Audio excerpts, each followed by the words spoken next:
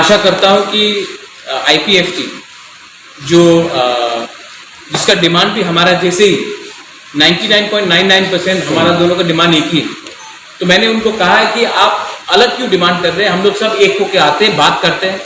मैं मेवाड़ को बचपन से जानता हूँ, मैं उनको रिस्पेक्ट भी करता हूँ, मैं उनके MLA को भी जानता हूँ।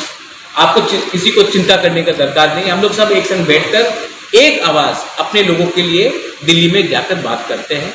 इसमें कोई शर्म का बात नहीं है, कोई बड़ा नहीं है, कोई छोटा नहीं है। पहले अपने दफा को सामने रखिए, अपने कम्युनिटी को आगे रखिए, अपने डिमांड्स को आगे रखिए।